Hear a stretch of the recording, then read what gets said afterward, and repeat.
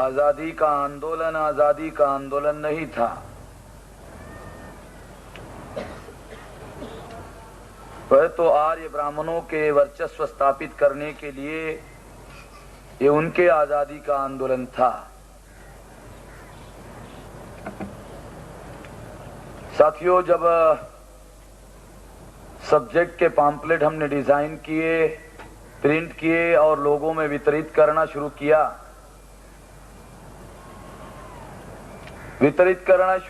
लोगों ने वितरण करने का कार्य शुरू किया। बहुत से लोगों के हाथों में जब ये पैम्फलेट पहुंचा तो लोगों को बड़ा अजीब लगा। लोगों को ये बात बड़ी अजीब लगी और ये प्रतिक्रिया होने लगी कि वामसेप के लोग पता नहीं ऐसे विषय रखते हैं जो हमें समझ में ही नहीं आते। आजादी का आंदोलन नहीं था। लोगों की ये प्रतिक्रिया, ये हमारे लिए सोचने का विषय है, ये हमारे लिए चिंतन का विषय है कि जो विषय हमने रखा वो कितना जरूरी था। ये इसका गवाह, ये इसका एविडेंस है।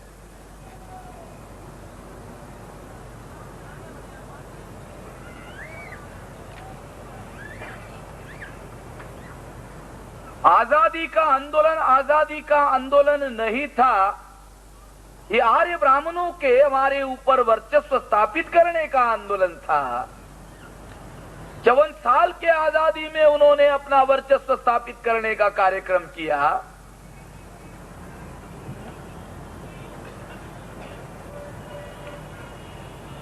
ये उनके अपने आजादी का आंदोलन था, वो इससे आजाद हुए।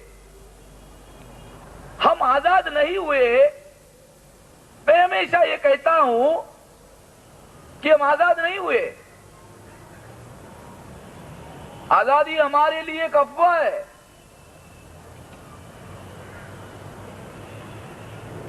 आजादी हमारे लिए एक अफवाह है, परंतु ये बात जो मुझे समझ में आई कि आजादी हमारे लिए एक अफवाह है, ये हमारे भाइयों को, हमारे लोगों को, लार्ज स्केल क्राउड को मालूम नहीं होना चाहिए। इसके लिए हर साल 15 अगस्त को लाल किले के प्राचीर के सामने, प्राचीर पर बहुत बड़ा कार्यक्रम किया जाता है और हर साल आजादी का बड़ा जश्न मनाया जाता है। तो इसलिए नहीं मनाया जाता कि ये देश आजाद हुआ, हम आजाद हुए, इसलिए नहीं मनाया जाता। या जो लोग आजाद हुए वो अपने आजादी का जश्न मनाना चाहते हैं, इसलिए भी वो जश्न नहीं होता। वो जश्न इसलिए होता है कि अगर वो जश्न लाइव टेलीकास्ट नहीं किया जाता टीवी के सामने, अगर वो ऐसा नहीं किया जाता तो ये मानने का आधार था। जब ये लाइव टेलीकास्ट होता है तो सारे देश में सारे लोग जो है अपना सारा काम धंधा छोड़कर वो कार्यक्रम देखते हैं कि हम आजाद हुए हैं। वो लोग देखते हैं हम आजाद हुए हैं। ये कार्यक्रम करने वाले जो लोग हैं उनको आशंका है कि कहीं जो आजाद नहीं हुए उनको ये एहसास न हो जाए कि वो आजाद ना हुए।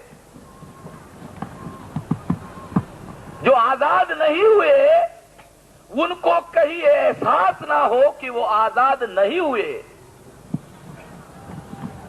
अगर ऐसा एहसास हुआ तो वो अपने आजादी का आंदोलन शुरू कर सकते हैं। तो आप लोगों को ये एहसास ना हो, इसलिए वो हर साल लाल किले के प्राचीर के सामने आजादी का बड़ा जश्न करते हैं, ताकि आप कहीं भूल ना जाए कि अब आजाद हुए। कहीं आप भूल न जाए कि आप आजाद हुए। अगर आप भूल गए कि आप आजाद हुए तो बहुत बड़ा मामला खड़ा हो जाएगा, बहुत बड़ा बवाल खड़ा हो जाएगा। क्योंकि आपको मालूम हो जाएगा कि अगर आप आजाद नहीं हुए ऐसा आपको मालूम हुआ तो उनके लिए बवाल खड़ा हो जाएगा। तो आपको आप आजाद हुए इस बात का वो हर साल कार्यक्रम करके एहसास कराते रहते हैं कि आप आजाद हुए, आप आजाद हुए, आप आजाद हुए। साल आता है आजाद हुए, उनको लगता है कि 11 महीने हो गए भाई, कहीं भूल न गए हो। 11 महीने बहुत समय होता है, कहीं भूल न गए हो। फिर याद देते हैं, हाँ भी आजाद हुए। फिर हमारे लोगों को साल भर वो चक्कर साला चलते रहता है, हाँ हाँ आजाद हुए।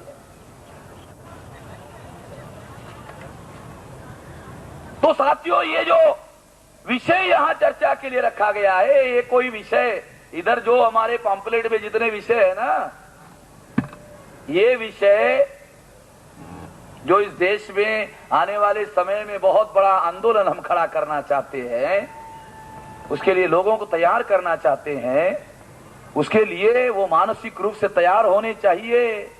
जैसा हम सोचते हैं, अगर लोगों का सोच हमारे जैसा सोच होगा तो हमारा अपना जो आंदोलन खड़ा होगा उसमें एक सोचने वालों का एक आंदोलन होता है।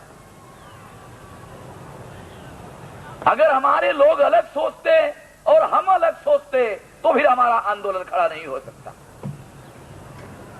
हमारा सोचना और हमारे लोगों का सोचना एक जैसा होना चाहिए। अगर हमारा सोचना और हमारे लोगों का, हमारे समाज का सोचना अगर एक जैसा नहीं हुआ तो हमारा अपना आंदोलन खड़ा नहीं हो सकता। हमें अपने आजादी का आंदोलन खड़ा करना है। मैं नहीं मानता कि हम आजाद हुए, क्योंकि मैं तो यही मानता हूं कि आजादी हमारे लिए एक अफवाह है। आजादी से हम आजाद नहीं हुए, आजादी से हम आजाद नहीं हुए। आजादी हमारे लिए एक अफवाह है। मैं दूसरे कार्यक्रमों में भी ये उदाहरण देता रहा कि आजादी से हम आजाद नहीं हुए। आजादी तो हमारे लिए एक अफवाह है। और ये बात सिद्ध करने के लिए मैं केवल 2 उदाहरण आपके सामने देना चाहूंगा, जिससे आपको ये एहसास हो, पता हो कि आजादी से हम आजाद नहीं हुए। साथियों, मुझे राजकोट में संविधान स्वर्ण जयंती के संदर्भ में जाने का मौका मिला। मार्च महीने का समय था, तो वहां कुछ लोग मुझे मिलने के लिए आए और मुझे पूछने लगे कि मेश्राम जी, हम आपको कार्यक्रम में चीफ गेस्ट के तौर पर आमंत्रित करना चाहते हैं। मैंने उनको पूछा कौन सा कार्यक्रम है। उन्होंने बताया कि सामूहिक विवाह का कार्यक्रम होने जा रहा है। मैंने पूछा कौन से लोगों का सामूहिक विवाह है। उन्होंने कहा शेड्यूल कास्ट और बैकवर्ड क्लासेस के लोग, जो शेड्यूल कास्ट और बैकवर्ड क्लासेस के जो माँ बाप अपने बेटे और बेटियों की शादी नहीं लगा सकते, उनके लिए समाज ने पैसा इकट्ठा किया और पैसा इकट्ठा करके हम एक सामूहिक विवाह का कार्यक्रम करना चाहते हैं और इस कार्यक्रम में हम आपको आमंत्रित करना चाहते हैं, चीफ गेस्ट बनाना चाहते हैं। मैंने उनको पूछा, मैंने उनको बताया, जानकारी मिलते ही मैंने उनको बताया कि अगर ये शेड्यूल कास्ट और बैकवर्ड क्लासेस के लोग हैं और इन लोगों के सामूहिक विवाह का आप कार्यक्रम कर रहे हो तो मैं इस कार्यक्रम में आने के लिए तैयार नहीं हूं, मैं विलिंग नहीं हूं, मैं नहीं आने के लिए तैयार हूं। उन्होंने मुझे आग्रह किया कि आप ये बताना होगा आप क्यों नहीं आना। मैंने उनको बताया कि गुलामी में आजादी के पहले देश 15 अगस्त 1947 को उनके दृष्टि से जो आजाद हुआ, उसके पहले हम गुलाम थे और गरीब थे। हम गुलाम थे और गरीब थे, फिर भी अपने बेटे और बेटियों की इज्जत से शादी करने लायक थे। आप लोगों को अखबारों में शायद पढ़ने के लिए मिलता होगा कि पंजाब गवर्नमेंट ने, हरियाणा गवर्नमेंट ने, उत्तर प्रदेश गवर्नमेंट ने, राजस्थान गवर्नमेंट ने जो माँ बाप अपने बेटे बेटियों की शादी नहीं लगा सकते, उनके लिए सरकार ने प्रोविजन किया कि वो अपने बेटे और बेटियों की शादी कर सके, इसलिए सरकार उनको 2000, 3000 या 5000 रुपया देगी। आजादी के 54 साल बाद सरकारों ने प्रोविजन किया। आजादी के पहले हम गरीब थे, गुलाम थे, कोई जानकारी अवेलेबल नहीं है, उपलब्ध नहीं है कि उस समय सामूहिक विवाह होते थे, नहीं होते थे। लोग गुलाम थे, गरीब थे, फिर भी अपने बेटे और बेटियों की इज्जत से शादी लगाते थे। आजादी मिली, 5 साल हुए, 10 साल हुए, 25 साल हुए, 40 साल हुए, 50 साल हुए, 54 साल हुए। एक चमत्कार हो गया। जो आजादी के पहले गुलाम था, गरीब था, जो आजादी के पहले गुलाम था, गरीब था, फिर भी अपने बेटे और बेटियों की इज्जत से शादी करने लायक था, वो आजादी के 54 साल बाद अपने बेटे और बेटियों की शादी करने लायक ही नहीं रहा। अगर वो लायक रहा होता तो सामूहिक विवाह करने की जरूरत नहीं आन पड़ती। राज्य सरकारों को अपने बेटे बेटियों की शादी कराने के लिए मदद देने की प्लानिंग बनानी नहीं पड़ती। 54 साल बाद क्या सिद्ध करता है ये उदाहरण? आजादी से हम आजाद हुए, ये सिद्ध करता है? नहीं, आजादी से हम आजाद नहीं हुए। आजादी तो हमारे लिए एक अफवाह है, यही सिद्ध करता है।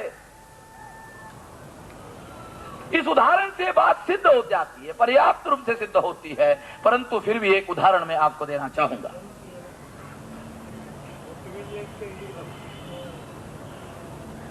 साथियों, पार्लियामेंट में ग्रामीण विकास मंत्रालय की तरफ से एक सवाल के जवाब में जानकारी दी गई कि देश में 20 करोड़ 44 लाख लोग कुपोषण के शिकार है। इसके बारे में एक विषय की चर्चा में ये जानकारी आपको पहले बताई जा चुकी है। 20 करोड़ 44 लाख लोग कुपोषण के शिकार हैं।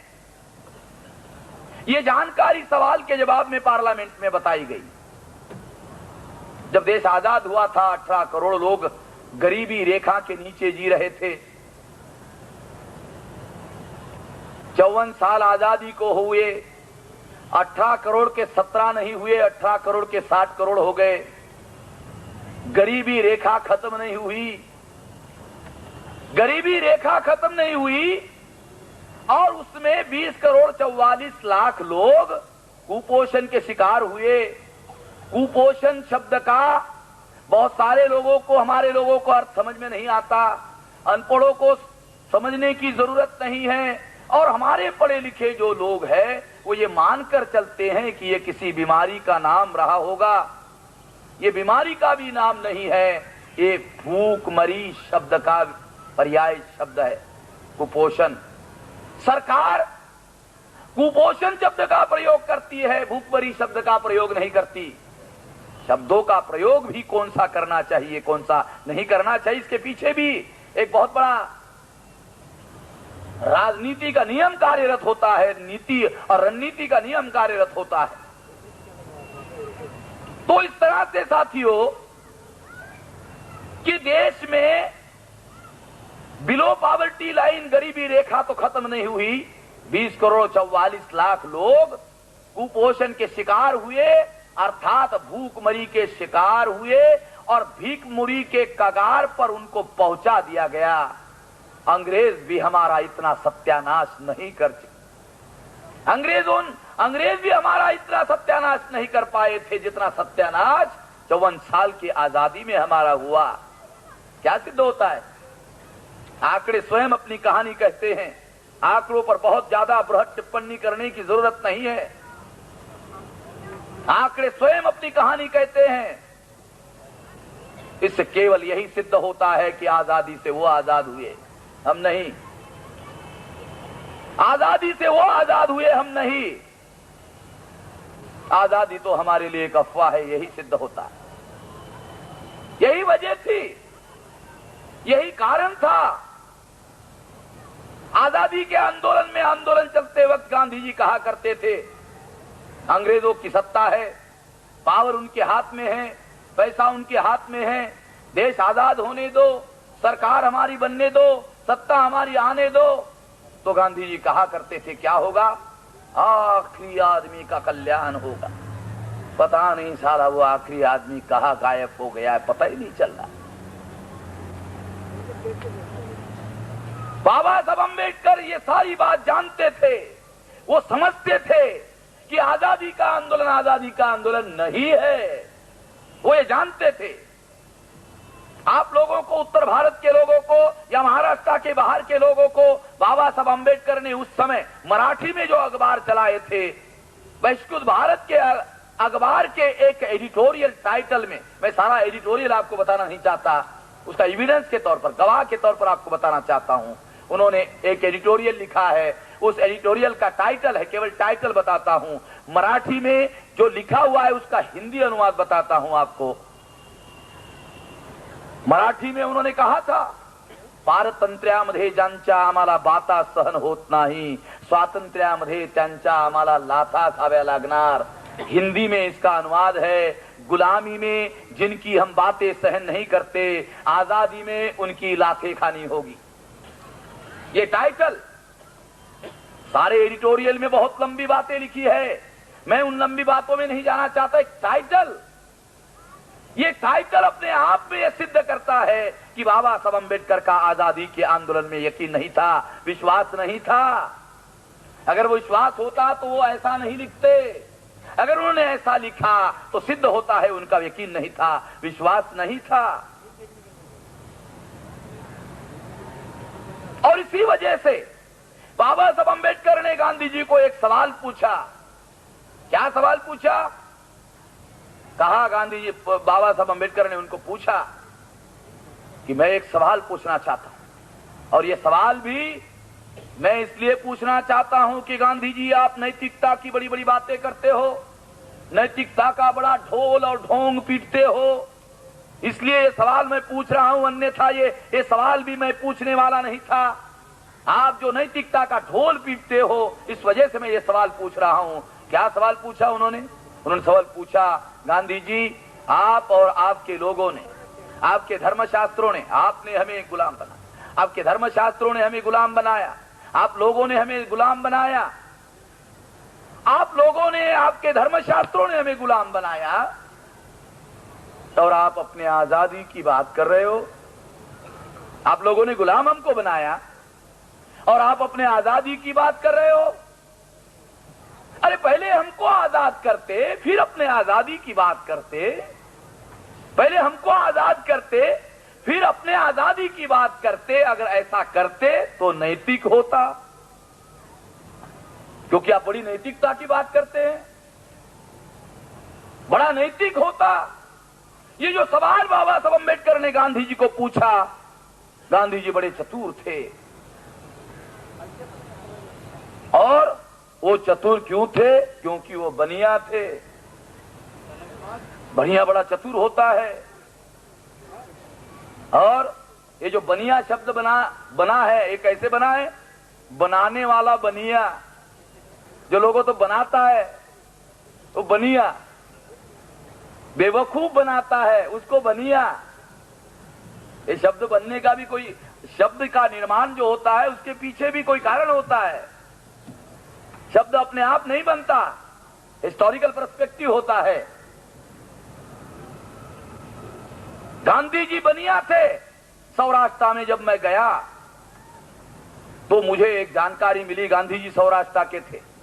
सौराष्ट्र के लोग यहां है, वो जानते कि गांधी जी जो है, गांधी जी की जो जाति है वो मोंड, बनिया में एक मोंड नाम की, यहां सौराष्ट्र के लोग हैं, मोंड नाम की एक बनिया जाति है। तो सौराष्ट्र में एक कहावत है कि कोड सारों पर मोंड नहीं सारते। मुझे सौराष्ट्र के लोगों ने बताया।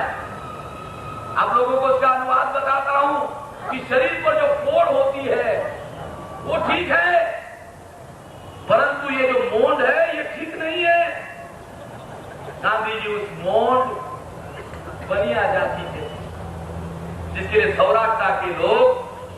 ये कहते हैं।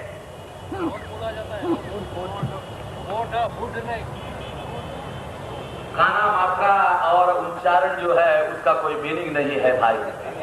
अगर आप समझदार हो तो समझ लो। तो इस तरह से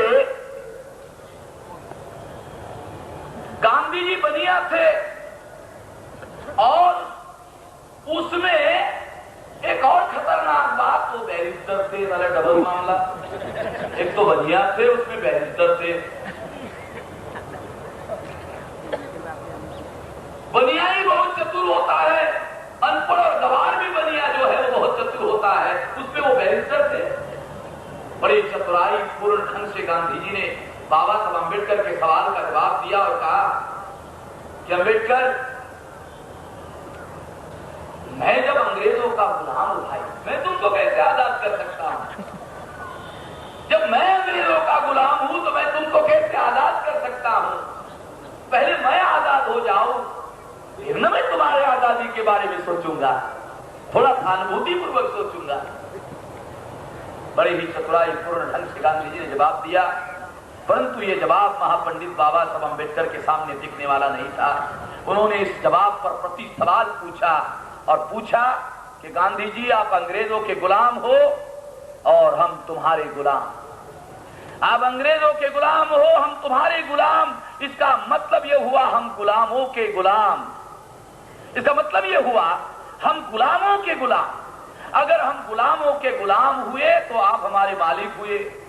अगर आप हमारे मालिक हुए तो दुनिया के इतिहास में जो मालिक होता है वो अपने अधीनस्थ को आजाद करने का अधिकारी होता है। परंतु ऐसे नहीं हुआ, परंतु ऐसे नहीं हुआ। आजादी से वो आजाद हुए, आजादी से वो आजाद हुए, आजादी से वो आजाद हुए। उन्होंने अपनी आजादी अपने आजादी के आंदोलन से हासिल की। 1942 को जब उन्होंने चले जाओ का नारा लगाया, गांधी जी ने 1942 को नारा लगाया, चले जाओ, गो बैक, चले जाओ, क्विट इंडिया। अंग्रेजी में नारा था 1942 को, क्विट इंडिया, भारत छोड़ो। चर्चिल प्रधानमंत्री थे। चर्चिल ने गांधी जी को पूछा कि गांधी जी किसको चले जाने के लिए कह रहे हो? उन्होंने कहा अंग्रेजों को। तो क्यों कह रहे हो? आप विदेशी हो इसलिए चले जाओ, क्विट इंडिया, भारत छोड़ दो। तो चर्चिल ने धीरे से गांधी जी को कहा, गांधी जी आप भी तो विदेशी हो। चर्चिल बहुत बुद्धिमान आदमी था, बहुत चतुर था, गांधी जी से थोड़ा सा ज्यादा ही चतुर था। चर्चिल ने गांधी जी को कहा कि आप भी तो विदेशी हो। आपको याद है आपके जीवन में, मैं उदाहरण देना चाहता हूं, चर्चिल ने गांधी जी को कहा कि आपके जीवन में रेलवे का बहुत इंपॉर्टेंस है। साउथ अफ्रीका में जब आप थे, मैं थोड़ा आपको याद दिलाऊं, जब आप रेल के फर्स्ट क्लास में टिकट निकाल कर बैठे तो अंग्रेजों ने आपको सामान समेत उठाकर रेलवे स्टेशन पर फेंक दिया। आपको याद है रेलवे और रेलवे स्टेशन का आपके जीवन में बड़ा महत्वपूर्ण महत्व। रेलवे स्टेशन पर जो रेल पहले आती है वो पहले चली जाती है। आपकी रेल 2-2.5 हजार साल पहले आई, हमारी तो 150 साल। तो आप छोड़ रहे, आप कह रहे हो भारत छोड़ो, कोई बात नहीं, हम छोड़ने के लिए तैयार है। आपकी जो गाड़ी है वो 2000 साल पहले आई है, तो रेलवे स्टेशन के नियम के अनुसार आपकी गाड़ी भगाओ आगे, हम आपके पीछे भगाते हैं। चलो दोनों छोड़ देते हैं। चर्चिल बहुत चतुर था, थोड़ा सा गांधी जी से चतुर था, मगर गांधी जी ने बड़ी चतुराई पूर्ण ढंग से चर्चिल को कहा, यह आजादी हम अपने लिए थोड़ी मांग रहे हैं, वो उनके लिए मांग रहे हैं, हमारे लिए। गांधी जी ने जवाब दिया, ये आजादी हम अपने लिए नहीं मांग रहे, ये आजादी हम उन्हीं के लिए तो मांग रहे। मगर गांधी जी ने जो चर्चिल को कहा, ऐसा बोला नहीं, ऐसा देश में हुआ नहीं। क्या हुआ? ये होने की बजाय क्या हुआ? मैं एक उदाहरण साउथ इंडिया के एक उदाहरण के साथ जोड़कर आपको समझाना चाहता हूं। आंदोलन चल रहा था, उस समय की बात है 1925 की। अंग्रेजों ने तमिलनाडु में मद्रास प्रेसिडेंसी में एक कमेटी बनाई कि सरकार जो फैसिलिटी बैकवर्ड क्लासेस के लोगों को देती है, उसका फायदा बैकवर्ड क्लासेस के लोगों को कैसा हो रहा है, उसकी समीक्षा करने के लिए कमेटी बनाई गई। उस कमेटी पर पेरियार रामास्वामी को एक मेंबर के तौर पर लिया गया। जब वो कमेटी कई किस्म के हॉस्टल्स और एजुकेशनल फैसिलिटी देखने के लिए गई तो एक हॉस्टल में उन्होंने देखा, एक ही हॉस्टल में बैकवर्ड क्लासेस के लोग और ब्राह्मण लोग रहते हैं। ब्राह्मणों का खाना ब्राह्मण रसोईया पकाता है और नॉन ब्राह्मण लोगों का खाना दूसरा रसोईया पकाता है। ये भेदभाव उन्होंने जब हॉस्टल में देखा तो पेरियार ने ऑब्जेक्शन लिया कि अगर आपको भेदभाव करना ही है तो सरकार के पैसे से तुम ऐसा नहीं कर सकते, अपने घर में करो। सरकार के पैसे से भेदभाव नहीं कर सकते, ये खत्म करना होगा। जब ये बात नहीं मानी गई, पेरियार ने आंदोलन शुरू कर दिया।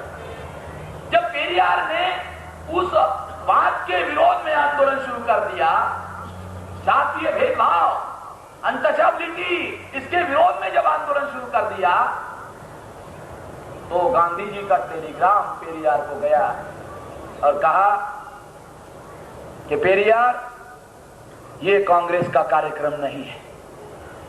कौन सा कार्यक्रम? जातीय भेदभाव के विरोध में लड़ना, ये कांग्रेस का कार्यक्रम नहीं है।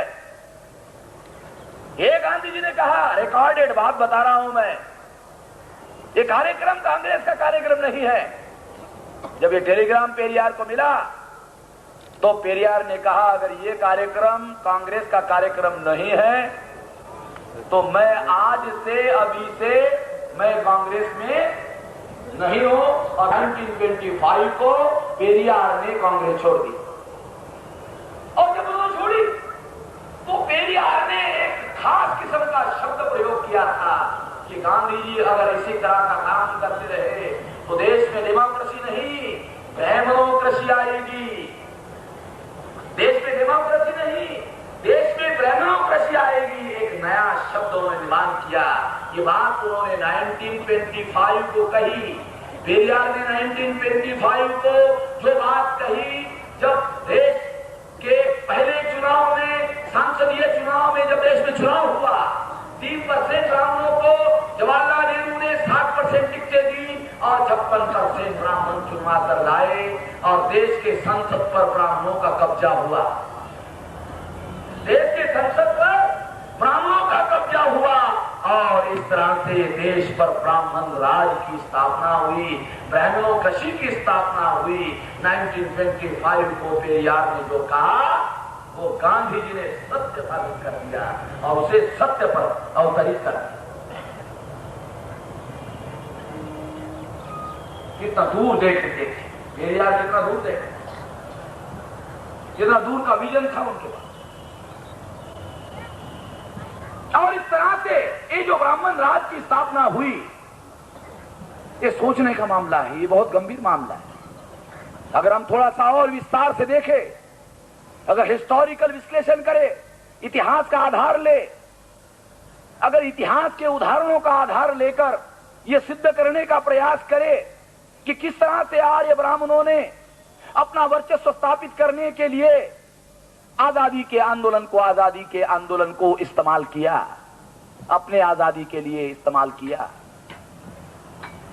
1930 तक, 1885 को कांग्रेस की स्थापना हुई और 1930 तक कांग्रेस के पास ये रिजोल्यूशन भी पास नहीं किया कि देश को आजादी मिलनी चाहिए। कितने लोगों को जानकारी है? सब लोगों को यही बताया जाता है ये आजादी का आंदोलन था।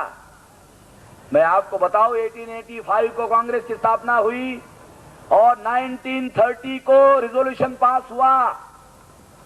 आजादी का 45 साल बाद कांग्रेस की स्थापना के 45 साल बाद पहली बार ये रेजोल्यूशन पास हुआ आजादी का 1930 में। रिकॉर्डेड बात बता रहा हूं, रिजोल्यूशन तक कांग्रेस ने आजादी का पास नहीं किया था एक कागज पर। अगर ये हिस्ट्री है, अगर ये इतिहास है, हिस्टोरिकल फैक्ट है, तो निश्चित रूप से हमको ये इन सारी चीजों का विश्लेषण इतिहास के परिप्रेक्ष्य में, इतिहास के संदर्भ में देखना होगा, समझना होगा। अगर ये देखा जाए, उदाहरण के लिए देखा जाए कि किस तरह से ये इतिहास दो ढंग से, दो तरीके से, एक तो गांधी जी भारत के राजनीति में आने के पहले अगर ये देखा जाए तो 1916 को गांधी जी साउथ अफ्रीका से भारत में आए। 1916 को गांधी जी 1916 को भारत में आए। उस समय कांग्रेस पर बाल गंगाधर तिलक का कब्जा था। उस बाल गंगाधर तिलक का, जिसके बारे में आप लोगों को केवल मात्र एक जानकारी है, स्वराज हमारा जन्म सिद्ध अधिकार है और हम उसे लेकर रहेंगे, केवल इतनी ही जानकारी है। परंतु मैं आप लोगों को यह जानकारी देना चाहता हूं कि बाल गंगाधर तिलक ने पब्लिक मीटिंग में यह स्टेटमेंट दिया है और यह स्टेटमेंट उनके केसरी नाम के पेपर में छपा है। क्या कहा था उन्होंने? कहा था कि तेली को संसद में जाकर क्या तेल निकालना है और कुनबी को, कुनभटों को संसद में जाकर क्या हल चलाना है और दर्जी को संसद में जाकर क्या कपड़े सिलाना है। एक एक जाति का नाम लेकर पब्लिक मीटिंग में, घर में नहीं, गुप्त मीटिंग में नहीं, पब्लिक मीटिंग में कहा। अगर पब्लिक मीटिंग में यह कहा कि बैकवर्ड क्लासेस के लोग, अछूतों का तो बाल गंगाधर तिलक ने नाम भी नहीं लिया। अछूतों को तो वो नाम लेने लायक भी नहीं समझते थे कि इसका सालों का नाम लेना भी फालतू है। शायद बाल गंगाधर तिलक को लगता होगा कि अगर मैं अपने जबान में अछूतों का नाम लूंगा तो मेरा जबान भी अपवित्र हो जाएगी। उन्होंने हमारा नाम, अछूतों का नाम लेना भी गवारा नहीं समझा। मगर जिन बैकवर्ड क्लासेस के बारे में, आज जिनको हम बैकवर्ड क्लास कहते हैं, उसके बारे में उन्होंने कहा ये वो वर्षन है। क्योंकि आप लोगों को केवल एक ही बात मालूम है, स्वराज्य हमारा जन्म सिद्ध अधिकार है और हम उसे लेकर रहेंगे, इतना ही मालूम है। आप लोगों को यह मालूम नहीं है। क्या मालूम नहीं है कि ये उन्होंने कहा, बाल गंगाधर तिलक ने यह कहा। अगर ये कहा तो स्वराज्य मेरा जन्म सिद्ध अधिकार है और हम उसे लेकर रहेंगे, ये स्टेटमेंट और जो मैं कह रहा हूं ये स्टेटमेंट अगर दोनों को मिलाकर एक जगह देख लो तो स्वराज्य मेरा जन्म सिद्ध अधिकार है, ये जो सेंटेंस है इसका अर्थ बदल जाता है।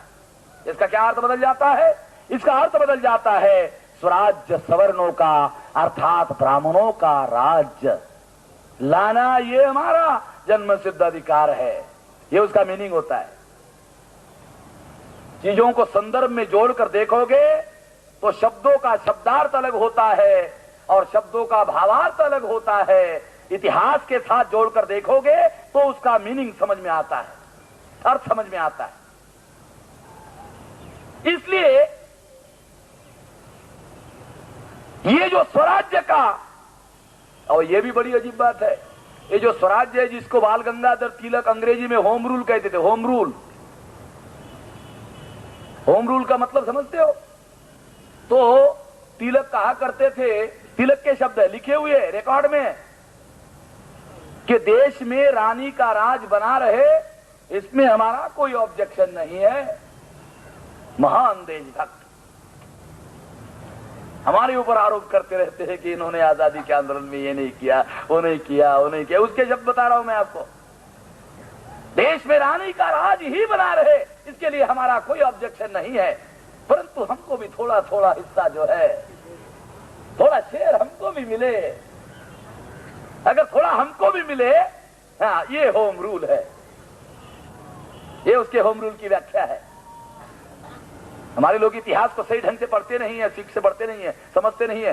एक तो पढ़ते नहीं है, जो पढ़ते हैं वो ठीक से समझते नहीं है, और जो समझते हैं वो लोगों को बताते नहीं है। बड़ा मामला फंसा हुआ है, सारा मामला फंसा हुआ है। क्योंकि बताने के लिए हौसला चाहिए, करेज चाहिए, और करेज जो है, जिसके पास कन्विक्शन नहीं है उसके पास करेज नहीं होता।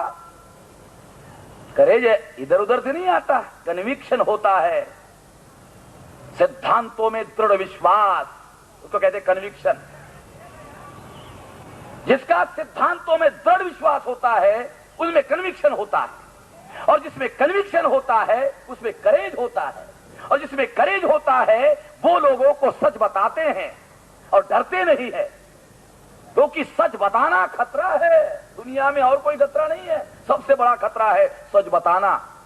क्योंकि जब सच बताओगे तो जो झूठ का फंदा जिन्होंने बना रखा है वो कटता है, और वो लोग सारे मिलकर आपके खिलाफ में आक्रमण करते हैं। इसके लिए वो आपस का बैर भी भूल जाते हैं और मिलकर आपके खिलाफ में आक्रमण करते हैं। बहुत खतरनाक बात है। इसलिए बाल गंगाधर तिलक ने जो कहा उसका जो मीनिंग है, तो स्वराज्य में सवर्णों का राज्य, ब्राह्मणों का राज्य, ब्राह्मणों का राज्य वो लाना चाहते थे। अगर इस बात को आप अपर्याप्त समझते हो तो और एक उदाहरण दूं। बाल गंगाधर तिलक मृत्यु शैया पर पड़े थे, मगर जान निकल नहीं रही थी बाहर। उनके मित्र लाल बाल पाल, लाला लजपत राय, बिपिन चंद्र पाल, बाल गंगाधर तिलक कलकत्ता से दौड़े दौड़े बिपिन चंद्र पाल पूना आए। देखा बाल गंगाधर तिलक मृत्यु शैया पर पड़े हुए हैं। उन्होंने देखा कि इसकी जान अटक हुई है, अटकी हुई है, निकल नहीं रही है, मरने को है, मृत्यु शैया पर है, मगर जान निकल नहीं रही है। अपने मित्र को इस तरह की हालत में देखते हुए उसको ये आया कि इसकी जान जल्दी निकलनी चाहिए। बिपिन चंद्र पाल को लगा कि बाल गंगाधर तिलक की जान जल्दी निकल जाए तो उसको थोड़ा सा आराम हो जाए, ये बहुत दुख और तकलीफ में है। तो उसने बाल गंगाधर तिलक के नजदीक जाकर कहा, तिलक जी आप चिंता मत करो, आपके सपनों का भारत हम बना कर रहेंगे। कौन से सपनों का भारत? तो जो अर्धमूर्छित अवस्था में था, बाल गंगाधर तिलक अर्धमूर्छित अवस्था में था, पूर्ण जागृत नहीं था। तो उसने उठने के लिए इशारा किया, उसको उठ कर बिठाया गया। तो उसने कहा बिपिन चंद्र पाल को, तो क्या पेशवाओं का राज आएगा? जब आदमी शराब पीता है तो उसके दिमाग पर उसका नियंत्रण नहीं रहता है। जब नियंत्रण नहीं रहता है तो जो उसको नहीं बोलना चाहिए वो भी वो बोल जाता है, जो सच छुपा हुआ है वो भी वो बोल देता है। इसी तरह से अर्धमूर्छित अवस्था में बाल गंगाधर तिलक थे। उनके दिमाग में एक बात थी कि अंग्रेजों ने पेशवाओं का राज समाप्त किया। आपके जानकारी के लिए बताऊं, ब्राह्मणों की जो बहुत सारी उपजातियां होती हैं, उसमें पेशवा जिस उपजाति के ब्राह्मण थे उस उपजाति के तिलक ब्राह्मण थे। इसलिए अंग्रेजों ने पेशवाओं का राज खत्म कर दिया। इसका बाल गंगाधर तिलक को व्यक्तिगत रंज था। देश गुलाम हुआ, ये हुआ, इसका रंज नहीं था। ब्राह्मणों का राज खत्म किया, ये रंज था, व्यक्तिगत रंज था, जातिगत रंज था कि अंग्रेजों ने अपने जाति का राज लाया, हमारा राज नहीं लाया, हमारा राज खत्म कर दिया। वो तो जो महार सेना थी उन्होंने ब्राह्मणों का बुड़खात पातर मराठी में हमारे कहा जाता है, खत्म कर दिया। जिनको उन्होंने छूने से इनकार कर दिया, अंग्रेजों ने उनको तलवार हाथ में थमाई, बंदूक हाथ में थमाए, जालों का जड़ समेत साफ कर दिया। आज भी पुणे के पास 22 किलोमीटर के अंतर पर जाओ, वो जहां लड़ाई हुई थी वहां अंग्रेजों ने स्मारक खड़ा रखा है महारों का, जो वहां लड़ते लड़ते मर गए और अंग्रेजों का राज स्थापित करने के लिए कामयाब हुए। हमें इस बात का गर्व नहीं है कि अंग्रेजों का राज उन्होंने स्थापित किया, हमें इस बात का गर्व है कि जिन्होंने हमें गुलाम बनाया उनको हमने सालों को मट्टी में मिला दिया।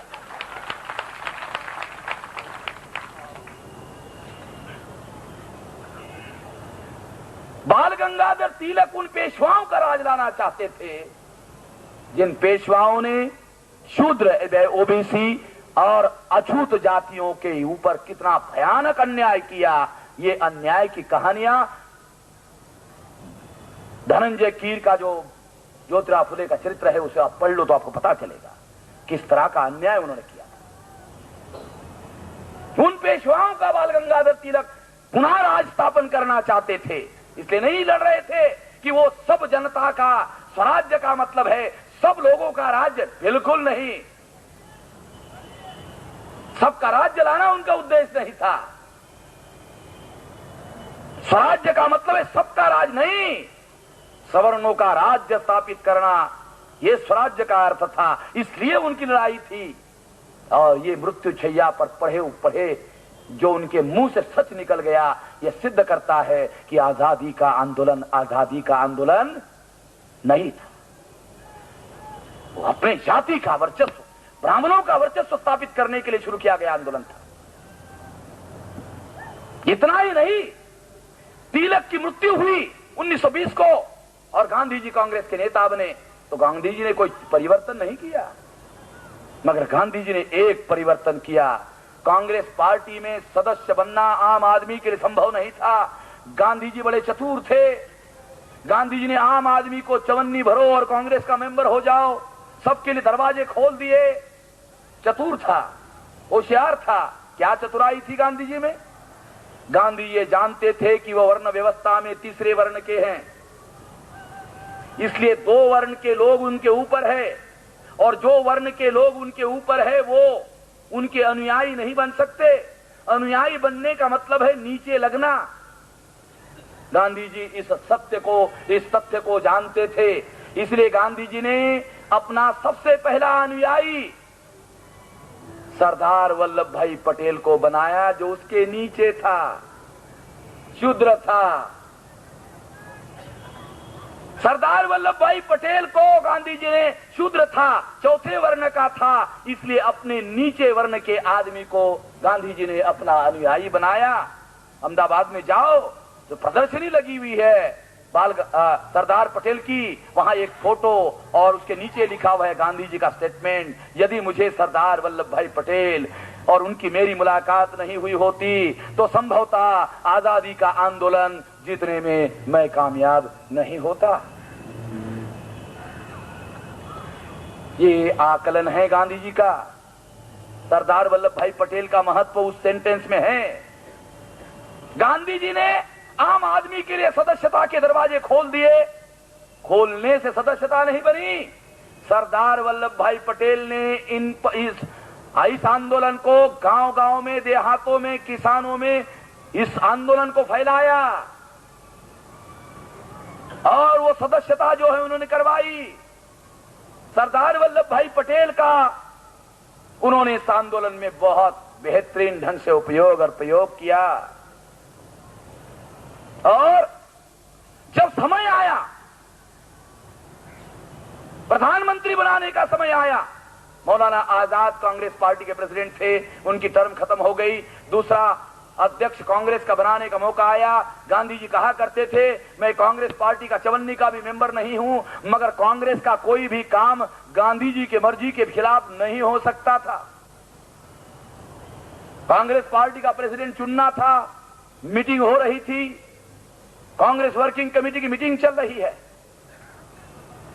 और गांधी जी के पास कागज पहुंचे। गांधी जी ने पढ़कर सुनाया कि हमारी कांग्रेस पार्टी की 14 शाखाएं देश में कार्यरत है, राज्य स्तर की, और सारे के सारे राज्य शाखाओं के लोगों ने मिलकर अनोनिमसली रिजोल्यूशन पास किया कि सरदार वल्लभ भाई पटेल को कांग्रेस पार्टी का प्रेसिडेंट बनाया जाए, क्योंकि कांग्रेस पार्टी कि वर्किंग कमेटी ने रिजोल्यूशन पहले ही पास कर दिया था कि जो कांग्रेस पार्टी का प्रेसिडेंट होगा वही देश का प्रधानमंत्री होगा। ये रिजोल्यूशन पहले ही पास हो गया था और 14 स्टेट के लोगों ने रिकमेंडेशन किया कि सरदार पटेल को कांग्रेस पार्टी का प्रेसिडेंट बनाया जाए। इट मीन्स उसको प्रधानमंत्री बनाया जाए। ये रिजोल्यूशन की कॉपियां ये रिजोल्यूशन की कॉपियां गांधी जी ने कांग्रेस वर्किंग कमेटी में पढ़कर सुनाई। तो इधर बाजू में जवाहरलाल जी बैठे थे, इधर सरदार वल्लभ भाई पटेल बैठे थे।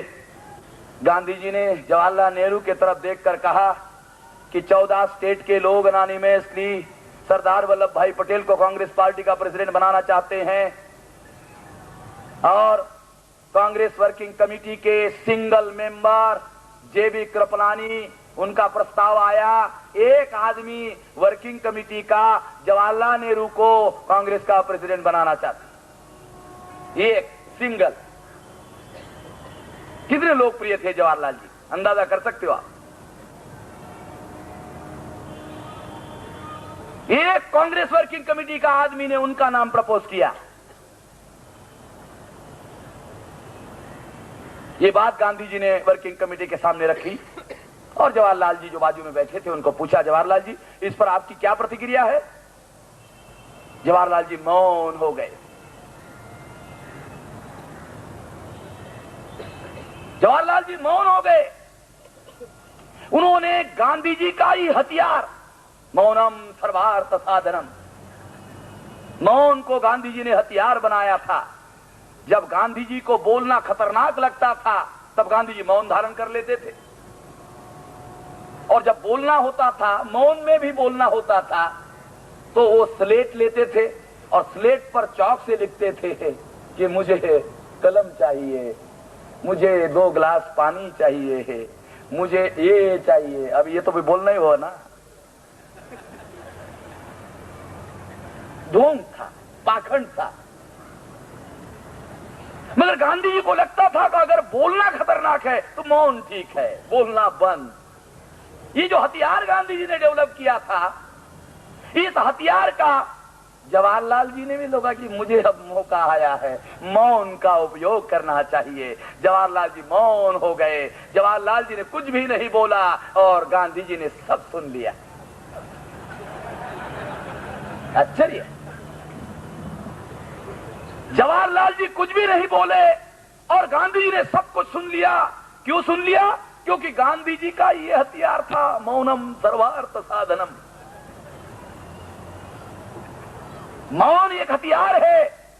गांधी ने समझ लिया कि जवाहरलाल जी इससे सहमत नहीं है। उन्होंने कागज का एक चिट निकाला, उस पर लिखा कि सरदार तुम अपना नाम पीछे ले लो। सरदार को चिट दी, सरदार ने देखी, अपने पैकेट में रखी और अपना नाम उन्होंने विड्रॉल कर दिया। 2 ही लोगों का नाम था। कांग्रेस प्रेसिडेंट के लिए केवल 2 लोगों का नाम था। एक आदमी ने विड्रॉ किया अपने आप, जवाहरलाल नेहरू अनअपोज सिंगल समर्थन से, एक आदमी का समर्थन था केवल, और एक आदमी के समर्थक आदमी को गांधी जी ने कांग्रेस पार्टी का प्रेसिडेंट बनाया और प्रेसिडेंट बनते ही अपने आप जवाहरलाल जी देश का प्रधानमंत्री बन गए। गांधी जी ने सरदार पटेल के साथ ऐसी धोखेबाजी क्यों की? गांधी जी के प्रपौत्र है राजमोहन गांधी, उन्होंने किताब लिखी सरदार पटेल की। सरदार पटेल एक समर्पित जीवन, समर्पण, राष्ट्र के लिए इन्होंने समर्पण किया। वाह, बराबर है, बहुत अच्छा है, सही कहा। तो वो राजमोहन गांधी ने कहा कि ये किताब और ये सत्य मैं उद्घाटन क्यों कर रहा हूं? क्योंकि सरदार पटेल के साथ धोखेबाजी हुई, इसका मैं पश्चाताप करना चाहता हूं। गांधी जी ने सरदार पटेल के साथ धोखेबाजी की। कौन कह रहा है? गांधी जी का प्रपौत्र, मैं और आप नहीं, गांधी जी का प्रपौत्र राजमोहन गांधी। ये गांधी जी ने सरदार पटेल के साथ धोखेबाजी की और इसका मैं पश्चाताप करना चाहता हूं, इसलिए मैं ये कह रहा हूं।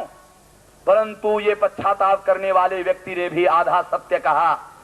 गांधी जी ने सरदार पटेल के साथ धोखेबाजी की, ये सत्य 50% है। गांधी जी ने सरदार पटेल के साथ धोखेबाजी क्यों की, ये उन्होंने नहीं कहा। उन्होंने केवल आधा सत्य कहा, आधा मैं पूरा कर देता हूं।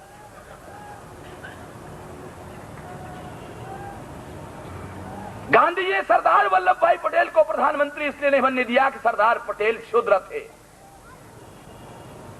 सरदार पटेल शूद्र थे इसलिए सरदार पटेल को गांधी जी ने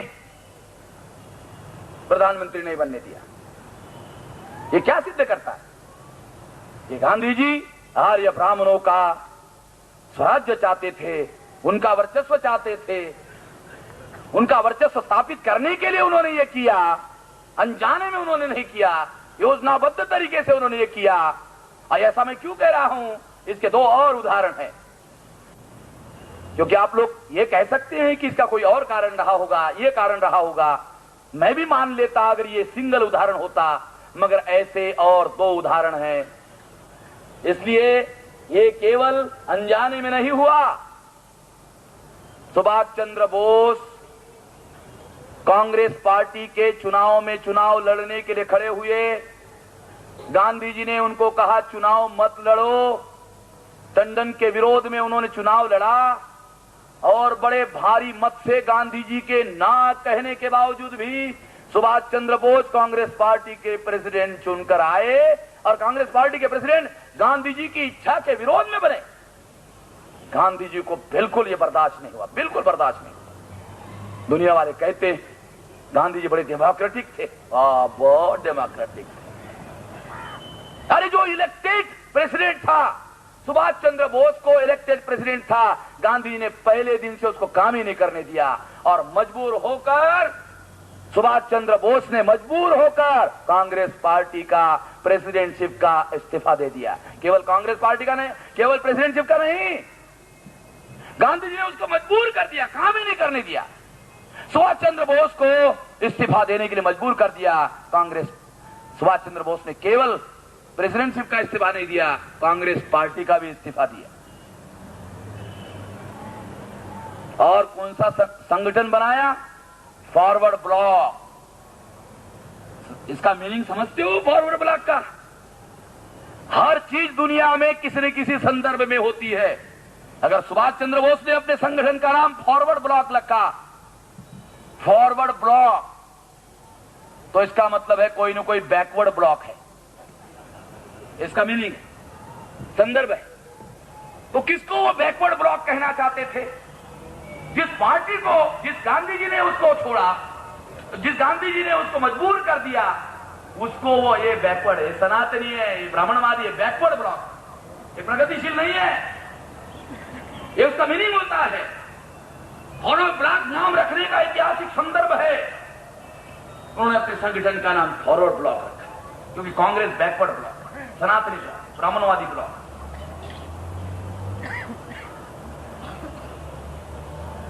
सुभाष चंद्र बोस को कांग्रेस पार्टी के प्रेसिडेंट से इस्तीफा देने के लिए गांधी जी ने क्यों मजबूर किया?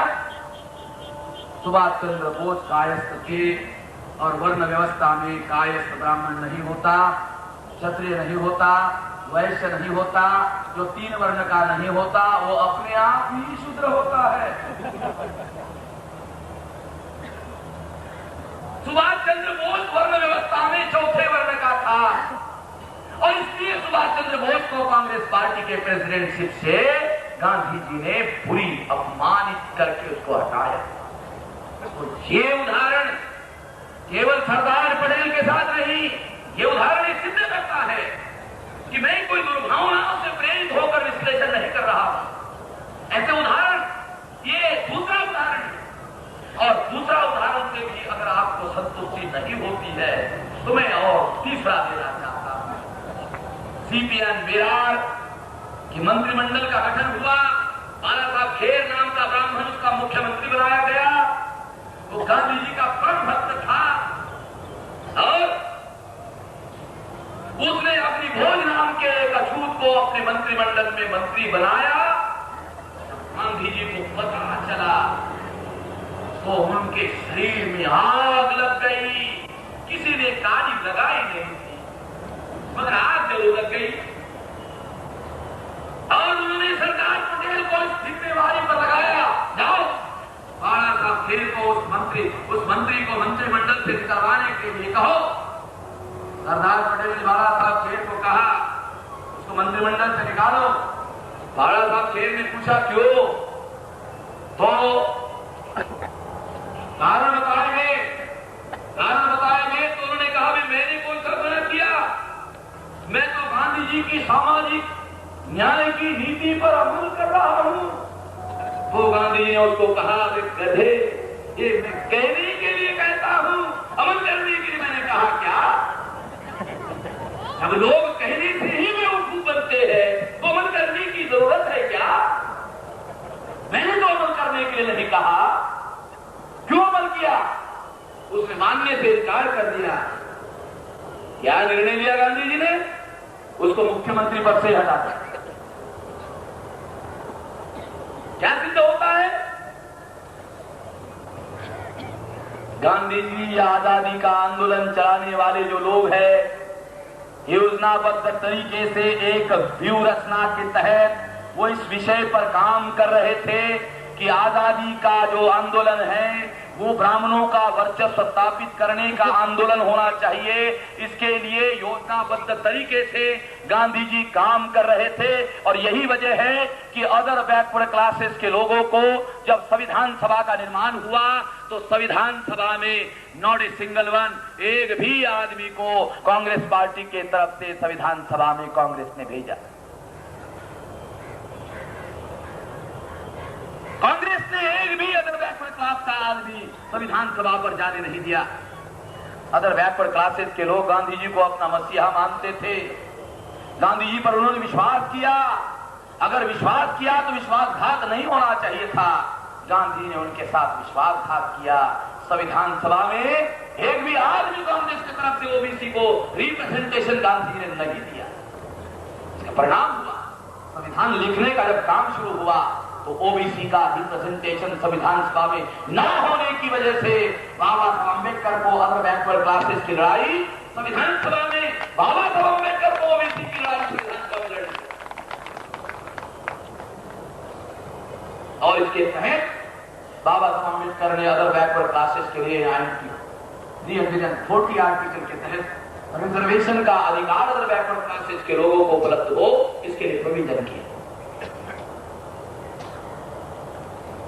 अदर बैकवर्ड क्लासेस के साथ कांग्रेस के लोगों ने जो गद्दारी और धोखेबाजी और विश्वासघात किया, परिणाम क्या हुआ? 16 नवंबर 92 को रिजर्वेशन का अधिकार ओबीसी को मिला। 92 को ओबीसी को रिजर्वेशन का अधिकार मिला और 91 से एलपीजी शुरू हुआ। आरक्षण खत्म करने का कार्यक्रम 1 साल पहले शुरू हुआ और बाद में आरक्षण का अधिकार दिया। चालाकी, होशियारी। 91 में लिबरलाइजेशन, प्राइवेटाइजेशन शुरू किया और 92 16 नवंबर 92 को रिजर्वेशन का अधिकार ओबीसी को सुप्रीम कोर्ट ने फैसला दिया और दिया।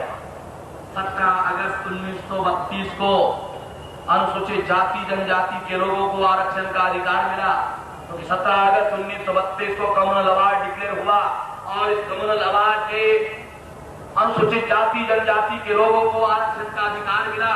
और 16 नवंबर 92 को ओबीसी को अधिकार मिला। 60 साल का अंतर है, ओबीसी को 60 साल बाद अधिकार मिला। ये परिणाम ओबीसी ने गांधी जी पर विश्वास किया और गांधी जी ने और कांग्रेस ने उनके साथ विश्वासघात किया। इसका परिणाम था। ये उदाहरण इस बात को सिद्ध करता है कि आजादी का आंदोलन योजनाबद्ध तरीके से सवर्णों का वर्चस्व, ब्राह्मणों का वर्चस्व स्थापित करने के लिए सुनियोजित तरीके से किया, योजनाबद्ध तरीके से किया। जो उदाहरण बात गवाह है। अनुसूचित जाति और जनजाति के लोग पार्लियामेंट में जो पॉलिटिकल रिप्रेजेंटेटिव है वो बोलते ही नहीं। आपको मालूम है संविधान में एक फंडामेंटल राइट है। वर्मा जी यहां हाई कोर्ट के वकील हैं और उनको वो फंडामेंटल राइट को आधार लेकर ही केस उनकी खड़ी करते रहते हैं। मैं वकील नहीं हूं। ये फंडामेंटल राइट का वायोलेशन हुआ, इसलिए ये नहीं होना चाहिए। कॉन्स्टिट्यूशन में एक फंडामेंटल राइट है, freedom of speech and freedom of expression. आपको अपने विचार अभिव्यक्त करने की पूर्ण आजादी है, पूर्ण अधिकार है और ये अधिकार केवल मात्र अधिकार नहीं है, फंडामेंटल राइट है। ये फंडामेंटल राइट है। अनुसूचित जाति और जनजाति के लोग पार्लियामेंट में बोलते ही नहीं है और बोलने की पूरी आजादी है। कॉन्स्टिट्यूशन में बोलने की पूरी आजादी है, परंतु हमारे अनुसूचित जाति और जनजाति के जो इलेक्टेड रिप्रेजेंटेटिव है, नेता है, उन पर पाबंदी लगाई गई है। अगर बोलोगे तो आपको टिकट नहीं मिलेगा, आपको ये नहीं होगा, वो नहीं होगा, आपको बिल्कुल बोलना नहीं है। इंग्लैंड के पार्लियामेंट में हम कहते हैं कि इंग्लैंड के पार्लियामेंट से हमने बहुत सी परंपराएं ली। इंग्लैंड के पार्लियामेंट में व्हिप निकालने का पार्टियों को अधिकार नहीं है, मगर भारत के पार्लियामेंट में व्हिप निकालने का अधिकार है कि आपको यह करना चाहिए, आपको वो करना चाहिए, नहीं करेंगे तो ये होगा, वो होगा। पार्टी के नेताओं को यह अधिकार है और इस वजह से अनुसूचित जाति और जनजाति के मेंबर पार्लियामेंट जो है वो पार्लियामेंट में अपना मुंह नहीं खोलते, बोलते नहीं है। अगर उन्होंने अनुसूचित जाति जनजाति के इलेक्टेड रिप्रेजेंटेटिव को ना बोलने देने के लिए मजबूर किया, इसका मतलब है उन्होंने हमारे नेताओं को गुलाम बनाया। अगर इलेक्टेड रिप्रेजेंटेटिव को आप अपना नेता समझते हैं तो उन्होंने आपके नेताओं को गुलाम बनाया। अगर जो लोग 54 साल की आजादी में आपके नेताओं को गुलाम बना सकते हैं तो क्या ये आजादी आपकी आजादी है? नेताओं को आपको तो कुत्ता भी नहीं पूछता है, नेताओं की बोल रहा हूं मैं, आपको कौन पूछता है? नेताओं को बोलने नहीं दिया जाता। शरद पवार कांग्रेस वर्किंग कमेटी में अपनी इच्छा से बोलता है, जेमिनी है, उनके मित्र है, जानते हैं। अपनी इच्छा से बोलने की इच्छा एक आध बार शरद पवार को हुई, एक आध बार हुई, कभी होती नहीं है मगर हुई। हुकी आई, हमारे मराठी में उसको हुकी आई बोलते हैं। बोला तो उसका पत्ता ही कांग्रेस वर्किंग कमेटी से साफ कर दिया। कांग्रेस वर्किंग कमेटी में 18 लोगों में रिस्पेक्टेड व्यक्ति, स्ट्रॉन्ग मैन, बोलने नहीं दिया। बोलने की आजादी, गुलामी किसको कहते हैं? जो तुम्हारा अधिकार है वो तुमको बोलने नहीं दिया जाता। गुलामी आखिरी है क्या? इससे प्रमाणित होता है आजादी का आंदोलन हमारे आजादी का आंदोलन नहीं है, उनके आजादी का आंदोलन है। जो अंग्रेजों के समय में जो ब्राह्मण, ये बात मैं आपको बताऊं, 81 में रामविलास पासवान 81 में हमारे चंडीगढ़ के अधिवेशन में आए, क्योंकि चंडीगढ़ के अधिवेशन में कर्पूरी ठाकुर को हमने चीफ गेस्ट बुलाया था और रामविलास पासवान को कर्पूरी ठाकुर ने टिकट देकर मेंबर पार्लियामेंट बनाया था। उस समय रामविलास पासवान 28 साल का लौंडा था। आपको शायद ये शब्द ठीक नहीं लगता हो मगर ये सच है। तो क्या कर रहा था उस समय मालूम है? 81 में वो कर्पूरी ठाकुर का झोला अपने साथ टांग कर आ रहा था, पीछे पीछे। कर्पूरी ठाकुर का झोला समाजवादियों की पहचान हुआ करती थी, वो झोला रखा करते थे। वो झोला टांग कर उसका वाहक बना हुआ था पीछे पीछे 81 के चंडीगढ़ के अधिवेशन में। तो कर्पूरी ठाकुर को हमने बोलने के लिए दिया तो उन्होंने कहा मुझे भी थोड़ा सा 5-10 मिनट, चलो तुम भी बोलो। तो क्या कहा? रिकॉर्ड में है, हमारे छापा हुआ है। उन्होंने बामसेब के लोगों को अपील किया कि हम भी पॉलिटिकली बाउंडेड लेबर है, हमको भी आजाद करो। हमने छापा है, छपा हुआ है, 81 का हमारे पास ऑपरेशन इंडियन है, छपा हुआ है। हम भी पॉलिटिकली बाउंडेड लेबर है, हमको आजाद करो। उस समय उन्होंने एक बात कही थी कि गुलामी में ब्राह्मण इंस्पेक्टर और सब इंस्पेक्टर भी बनने लायक नहीं थे। 14 अगस्त 1947 को 7 तक जो ब्राह्मण इंस्पेक्टर एंड सब इंस्पेक्टर बनने के लायक नहीं थे, वो 15 अगस्त को आईजी और डीआईजी बन गए। खास बात कही, वो 15 अगस्त को आईजी और डीआईजी बन गए। गुलामी में कायस्थ सबसे ज्यादा आईसीएस हुआ करते थे, क्योंकि वो रियली इंटेलिजेंस हुआ करते थे, तो अंग्रेजों के समय में भी वो आईसीएस हुआ करते थे। सबसे ज्यादा संख्या में आईसीएस कायस्थ हुआ करते थे, कायस्थ शूद्र थे। मगर आजादी के अंदर क्या हुआ, जो इंस्पेक्टर और सब इंस्पेक्टर भी बनने के लायक नहीं थे अंग्रेजों के समय में, वो आजादी में आज 71% ब्यूरोक्रेसी में आईएएस आईपीएस लोग जो है वो ब्राह्मण है। क्या वो मेरिट की वजह से? मेरिट की वजह से नहीं, आजादी का आंदोलन ब्राह्मणों का वर्चस्व स्थापित करने का आंदोलन था। इसलिए योजनाबद्ध तरीके से जवाहरलाल नेहरू ने यह सारा कुछ किया। जवाहरलाल नेहरू ब्राह्मणों का वर्चस्व स्थापित करने का काम करते रहे और अखबार वाले लिखते रहे जवाहरलाल जी बहुत प्रगतिशील है, बहुत लोकतांत्रिक है, सेकुलर है, बच्चों के चाचा है। न जाने साले हम उल्लू लोग, बेवकूफ लोग, गधे लोग क्या क्या जवाहरलाल को कहते रहते हैं। 3% ब्राह्मणों को अगर 60% टिकटें जवाहरलाल ने दी, 56% ब्राह्मण अगर उन्होंने चुनवा कर लाए, बिल्कुल नहीं कहा जा सकता जवाहरलाल जी प्रगतिशील है, लोकतांत्रिक है, सेकुलर है, नहीं कहा जा सकता। मगर हम उल्लू लोग, हमको प्रचार माध्यमों ने ऐसी छाप बनाई है, और ऐसी छाप बनाने का अभियान क्यों चलाया गया? कि उसी समय छुप छुप कर जवाहरलाल जी ब्राह्मणों का वर्चस्व स्थापित करने का आंदोलन चला रहे थे। ये काम जवाहरलाल जी बड़े शांति से कर सके, इसलिए उनकी एक इमेज प्रचार माध्यमों के माध्यम से बनाई गई, ताकि ये षड्यंत्रकारी काम को वो अंजाम दे सके। जब वो षड्यंत्र कर रहे थे तब वो देशभक्त है ऐसा प्रचार हो रहा था। जैसे अटल बिहारी वाजपेयी ने बाबरी मस्जिद गिराई गई तो उस पर पार्लियामेंट में क्या स्टेटमेंट दिया कि बाबरी मस्जिद गिराया जाना, उस पर क्या स्टेटमेंट दिया आप जानते? राष्ट्रीय भावनाओं का प्रकटीकरण था। जब ये देशद्रोह करते हैं तो उसको भी राष्ट्रभक्ति कहते हैं।